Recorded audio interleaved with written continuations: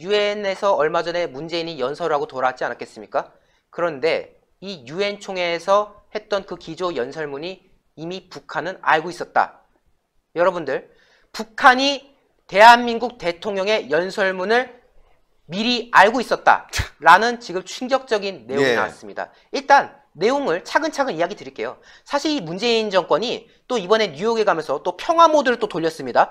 이 국내에서는 조국으로 전국이 안 좋으니까 또 이제 북한을 이용해가지고 뭔가 평화 분위기가 조성되고 있다. 또 남북이 화해하고 있다. 이런 느낌을 내렸던 거 아니겠습니까?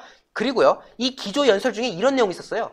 북한이 진정성을 갖고 비핵화를 실천해 나간다면 국제사회도 이에 상응하는 모습을 보여줘야 된다. 라면서 또 북한을 약간 두둔한 듯한 그런 말을 하면서 이제 유엔과 여러 회원국들에게 한반도의 허리를 가로지르는 비무장지대, 즉 DMZ를 국제평화지대로 만들자는 제안을 하고자 한다. 제가 지금 왜 노란색으로 여기를 표시했는지 잠시 뒤에 보시면 알게 될 겁니다. 어쨌든 비무장지대를 국제평화지대로 만들겠다는 지금 말을 하고 있습니다. 북한은 그런 생각을 하고나 있는지 모르겠습니다만 어쨌든 그런 말을 하고 있는 상황인 건데요.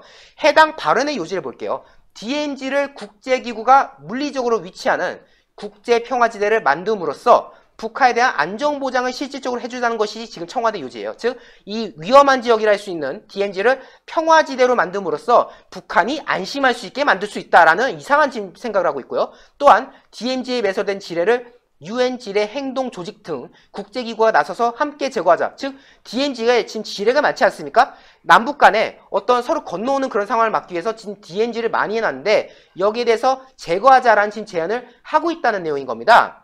제거하자는 제안을 했다는 거죠. 또한 얼마 전에는 국정원에서 김정은의 부산 방문 가능성을 거론했지 않습니까?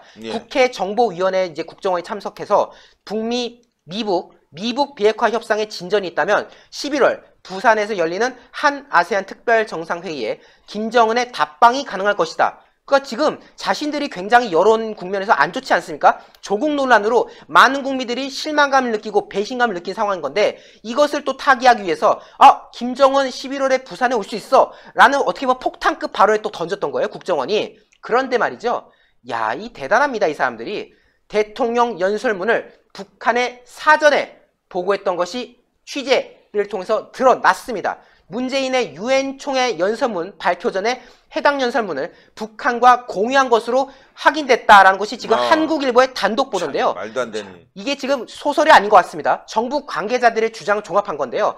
기조 연설을 하기에 앞서서 연설문에 어떤 구상과 제안이 담겼는지가 북한에 전달됐다는 거예요. 여기서 그 구상과 제안이라는 거는 DMZ의 평화지대를 만들자라는 제안을 말하는 겁니다. 유엔 회원국을 향한 메시지였지만은 DMZ 활용을 위해선 북측의 동의와 협조가 필수적이었다라고 지금 말한 건데요. 여러분들, 아니 대한민국 대통령이 북한의 뭐 동의, 협조 이런 걸 따지고 무슨 연설문을 씁니까? 아니 DMZ 평화지대 만들고 싶다고 떠드는 거는 자기 마음인데 거기에 대해서 북한이 호응을 하든 안 하든 그거는 개인의 북한의 문제인 거잖아요. 아니 문재인이 연설에서 평화지대 만들고 싶습니다 해서 북한이 싫으면 싫은 거고 좋으면 좋은 거지. 그걸 또 자기가 그걸 말하기 전에 북한한테 물어봤다? 이게 말이 되는 겁니까? 북한의 관련 내용을 사전에 알릴 필요가 있다고 지금 청와대에 판단했다는 건데 알릴 필요가 없었던 거예요. 대한민국 대통령이 그렇게 하고 싶으면 그냥 그렇게 하고 싶다 말하면 되는 거지 그걸 왜 북한한테 그 허락을 구합니까? 즉 북한으로부터 연설문의 허락을 받기 위해서 대외의 연설문 메시지가 공표되기 전에 대한민국 국민들도 알기 전에 정부 및 청와대 측이 북한에게 미리 내용을 알렸다는 거예요. 지금 북한, 대한민국 국민보다 북한이 먼저 이 사실을 알았다는 게 너무나도 충격적인 거고요. 지금 연설문 공유 시점으로 알려진 게 문재인이 연설하기 발표 직전, 그러니까 연설문을 이제 말하기 직전에 그 북한 측에 공유를 했다라는 전원이 알려졌습니다. 그리고 그 공유는 물밑 채널, 남북 간의 물밑 채널을 통해서 이루어졌을 가능성이 지금 제기되고 있는 상황인 건데요. 제가 이 내용을 또 읽어드릴게요. 연설 내용을 사전에 알리긴 했지만 북한의 입장이 반영된 건 아닌 것으로 전해졌다.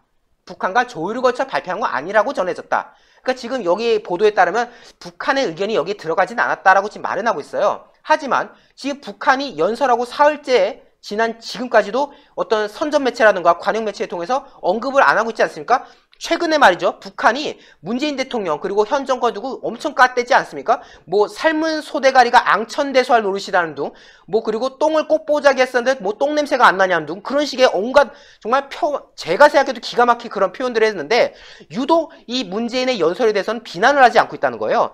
즉 여기에 대해서 어쩌면은 이 해당 사안에 대해서 북한이 미리 그 어떤 허락을 했기 때문에 어떤 공유를 했기 때문에 시그널이 있었던 거 아니냐. 예. 별다른 비난을 하지 않았다는 점에서 연설 내용 속에나 어떤 구상이라던가 이런 것들을 이미 공감했던 건 아니냐라는 지금 의혹이 제기될 수밖에 없는 상황인 겁니다. 더 충격적인 건요. 예. 청와대가 만약에 이 보도가 사실이 아니면은 그거 가짜뉴스다, 허위사실이다 라고 말하면 되지 않습니까? 근데 반응 보십시오. 확인할 수 없다. 알아서 판단해라.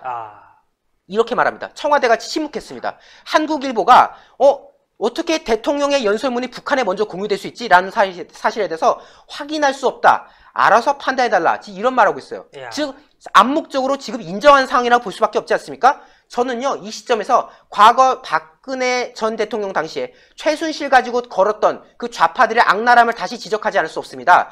과거에 이 최순실의 태블릿 PC 가지고 얼마나 난리 쳤습니까? 그러면서 이 태블릿 PC에는 연설문 파일이 어떻다 뭐하다 하면서 박근혜 비선실세라고, 최순실이 사실상 대한민국의 국정 운영했다라고 호도했던 것이 바로 좌파들 아닙니까? 최순실이 태블릿 PC로 연설문을 수정했다.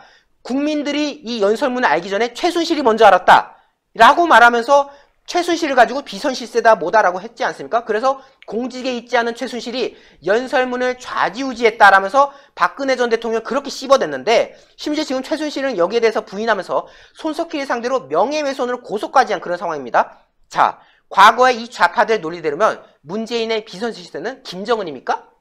연설문을 사전에 알았다면서 비선실세라고 했잖아요. 최순실을 두고 저 사람 국민들에게 발표하기 전에 연설문을 먼저 알고 있었다. 와, 어떻게 저런 어마무시한 권력이 있지? 야, 저 사람이 대한민국을 실질적으로 좌지우지했구나 라고 호도했던 게 좌파들인데요. 이 논리대로면요, 연설문을 우리 국민들보다 사전에 알았던 북한, 그리고 그 북한의 수계인 김정은이 비선실세 되는 거 아니겠습니까? 그리고 지금 주적하고 연설문을 공유했다는 그 자체도 충격적일 수밖에 없는데, 저는 이 상황에서 저의 과거의 일화가 떠오르지 않을 수가 없습니다. 제가 2016년 11월 당시에 해외여행을 가고 있었는데요. 예. 그 당시 이제 박근혜 전 대통령이 이 태블릿 논란이 한참 터졌을 때예요. 근데 이제 제 친구가 어떤 말을 했냐면요. 야, 연설문이 나왔대. 야, 국민들보다 대통령 연설을 먼저 알았대. 뭐 그리고 뭐 차은택이니 뭐냐 하면서 뭐 국정을 좌지우지했대. 야, 박근혜가 대통령인 줄 알았는데 최순실이 대통령이었어. 이런 말을 하면서 이제 박근혜 전 대통령이 엄청 깠던 겁니다. 근데 저는 여기에 대해서 애초에 최순실이라는 사람이 비선실세라는 거를 믿지도 않았고요. 거기에 대해서 제가 한마디 했습니다. 그래, 지금 좌파들이 그 강남 아줌마가 비선실세였다고 말하는데 좋다. 그 좌파들이 말한 대로 강남 아줌마가 비선실세였다 치자. 그러면은 너는 지금 문재인 좋아하잖아. 너 문재인 좋아하지? 너 문재인은 비선실세 없을 것 같아? 만약에 네 말대로 맞다면은 아마 문재인의 비선실세는 평양에 있을 거야. 문재인의 비선실세는 평양에 있는 김정은이지 않을까? 라고 말했던 건데 설마 했던 것이 사실로 드러난 겁니다. 이야. 지금 최순실에 대해서 그렇게 씹었던 이 사람들이 그러니까. 정작 지금 북한이 먼저 연설문을 받았다는 거에 대해서 침묵하고 있어요. 그러니까 지금 네티즌들이 더 분노하는 거 아니겠습니까? 북한에 알렸던 게 아니라 브리핑하고 결재를 득했던 거겠지. 그러니까 소대가리 소리 듣는 거 아니냐? 라는 댓글도 있고요. 또 다른 댓글 보면은 이게 나라냐? 정은이한테 컨펌을 받고 연설하는 거냐? 기가 찬다. 그리고 최순실에 대해서 뭐 연설문이 어떻다 뭐 했다 하는 사람들이 이제 와서 지금 북한에게 먼저 연설문을 공유했다? 야, 대단하다. 북한이 비선실세였구나 라는 지금 비판이 나온 상황인 거고요. 우리 시청자 여러분들께서도 이 해당 사실을 여러분들께 좀 많이 알려주십시오. 이 문재인 정권이 북한을 좋아하는 것은 옛날부터 알려진 사실이지만은 이 정도일 줄은 몰랐습니다. 정말 문재인 정권의 비선실세는 북한, 김정은이었을지도 모른다는 그런 소름 끼친 상황이 드디어 드러났습니다. 신의 한 수의 구독, 좋아요, 알림 방법입니다. 먼저 핸드폰 화면에서 유튜브 어플에 들어가 주세요. 돋보기 마크를 누르시고 신의 한 수를 치고 들어가 주세요.